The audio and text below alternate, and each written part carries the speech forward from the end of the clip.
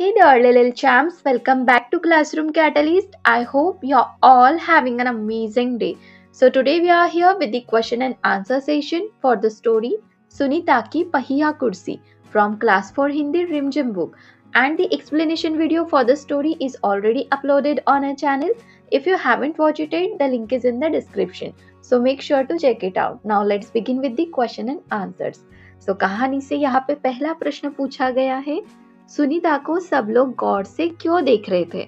इस क्वेश्चन में हमें पूछा गया है कि सुनीता जो चल नहीं सकती है अपने पैरों से, इस लड़की को सभी लोग गौर से क्यों देख रहे थे। इसका आंसर क्या लिखेंगे? सुनीता को सब लोग गौर से देख रहे थे क्योंकि वह पहिया कुर्सी पर चलती थी, जो उनके लिए कुछ अलग और असामान्य था। वैसे नॉर्मली सभी कैसे चलते? अपने पैरों से चलते, बट सुनीता किसकी हेल्प ले रही थी? व्हील चेयर की, है ना, पहिया कुर्सी की। तो ये असामान्य बात थी सभी लोगों के लिए, इसीलिए सभी सुनीता को गौर से देख रहे थे। चलिए नेक्स्ट क्वेश्चन करते हैं। सुनीता को दुकानदार का व्यवहार क्यों बुरा लगा? अब हमें बताना है कि सुनीता को दुकानदार का व्यवहार क्यों बुरा लगा। सुनीता को दुकानदार का व्यवहार इसलिए बुरा लगा क्योंकि उसने बिना पूछे चीनी की थैली उसकी गोद में रख दी।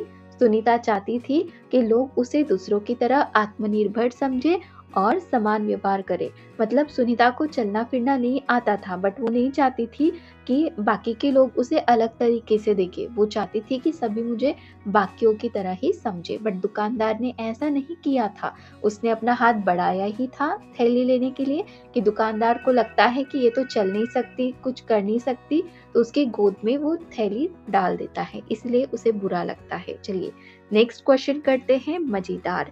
सुनीता को सड़क की जिंदगी देखने में मजा आता है। तुम्हारे विचार से सुनीता को सड़क देखना अच्छा क्यों लगता होगा? अब यहाँ पे ना आपको बताने आंसर। अब सुनीता को सड़क की जिंदगी, सड़क वाली लाइफ काफी अच्छी लगती है, मजा आता है देखने में। तो अब पूछा है कि तुम्हारे विचार से, आपको बताना है कि आपके विचार से सुनीता को सड़क देखना अच्छा क्यों लगता होगा। एग्जाम्पल आंसर देखते, देखिए आप कुछ इस तरीके से अपना आंसर बना सकते हैं। सुनीता को सड़क देखना अच्छा लगता होगा क्योंकि वहाँ बच्चों का खेलना, गाड़ियों की हलचल और लोगों की चहल पहल दिखती है जो उसे खुश करती है, इसलिए। नेक्स्ट क्वेश्चन है। अपने घर के आसपास की सड़क को ध्यान से देखो और बताओ तुम्हें क्या क्या चीजें नजर आती है, लोग क्या क्या करते हुए नजर आते हैं। अब यहाँ पे पूछा है अपने घर के आसपास आपको सड़क देखना है, आपके घर के आसपास वाली, और ध्यान से देखना है और बताना है कि आपको क्या क्या चीजें नजर आती है। तो सड़क पर गाड़ियां दिखती है, दुकानें होते हैं, पेड़ और बच्चे खेलते हुए नजर आते हैं। और लोग क्या क्या करते हुए नजर आते हैं? तो लोग टहलते हैं, बातें करते और खरीदारी करते दिखते हैं। अब नेक्स्ट है मनाही। फरीदा की माँ ने कहा इस तरह के सवाल नहीं पूछने चाहिए। फरीदा पहिया कुर्सी के बारे में जानना चाहती थी, पर उसकी माँ ने उसे रोक दिया। ये हमने स्टोरी में पढ़ा ना। फरीदा की माँ फरीदा को रोकती है और कहते कि इस तरह के सवाल नहीं पूछने चाहिए। फरीदा ने क्या पूछा था? सुनीता से पूछा था कि ये तुम्हारे पास अजीब सी चीज क्या है। तो यहाँ पे देखिए पहिया कुर्सी के बारे में वो जानना चाहती थी, पर उसकी माँ उसे रोक देती है। तो अब यहाँ पे हमें क्वेश्चन किया है, माँ ने फरीदा को क्यों रोक दिया होगा? क्यों रोक दिया होगा? माँ ने फरीदा को इसलिए रोका होगा क्योंकि उन्हें लगा कि ऐसा सवाल पूछने से सुनीता को बुरा लग सकता है ना, इसलिए। अब नेक्स्ट है, क्या फरीदा को पहिया कुर्सी के बारे में नहीं पूछना चाहिए था?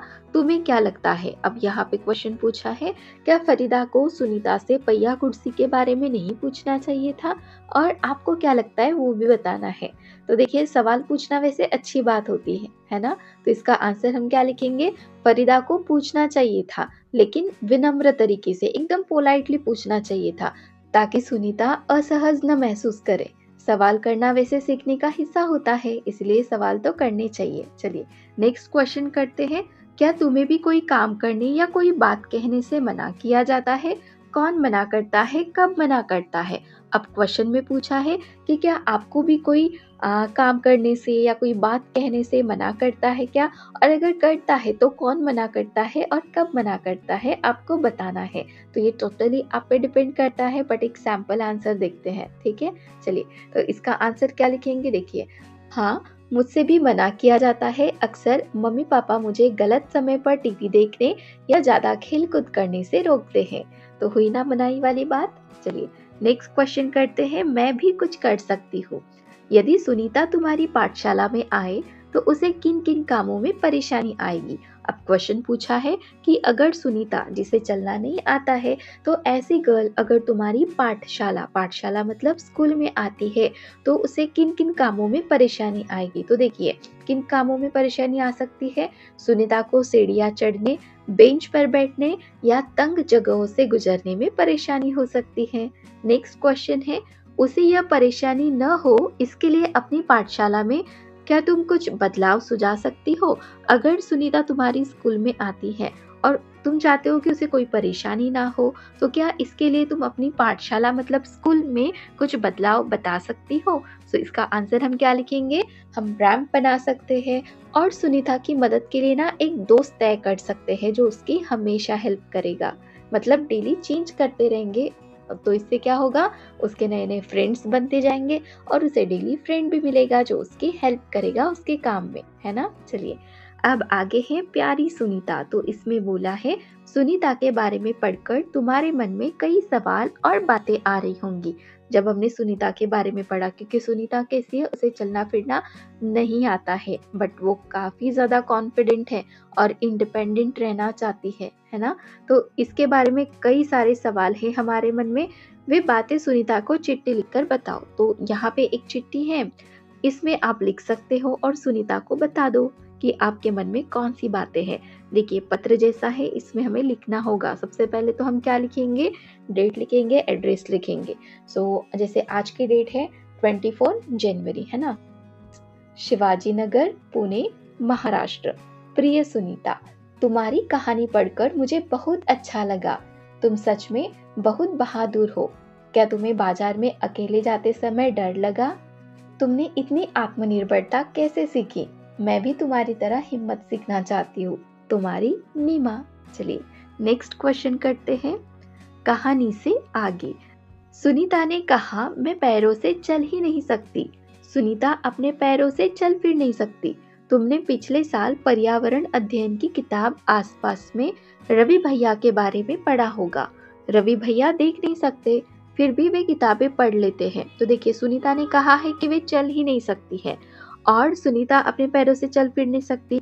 और पिछले साल आप लोगों ने ना पर्यावरण अध्ययन की किताब आसपास में रवि भैया के बारे में भी पढ़ा होगा, जिसमें रवि भैया देख नहीं सकते फिर भी वे किताबें पढ़ लेते हैं। तो कैसे, यहाँ पे क्वेश्चन किया है वे किस तरह की किताबें पढ़ सकते हैं। तो रवि भैया किस तरह की किताबें पढ़ सकते हैं, रवि भैया ब्रेल लिपि में लिखी हुई किताबें पढ़ सकते हैं। फिर एक और क्वेश्चन है, उस तरह की किताबों के बारे में सबसे पहले किसने सोचा, ब्रेल लिपि वाली।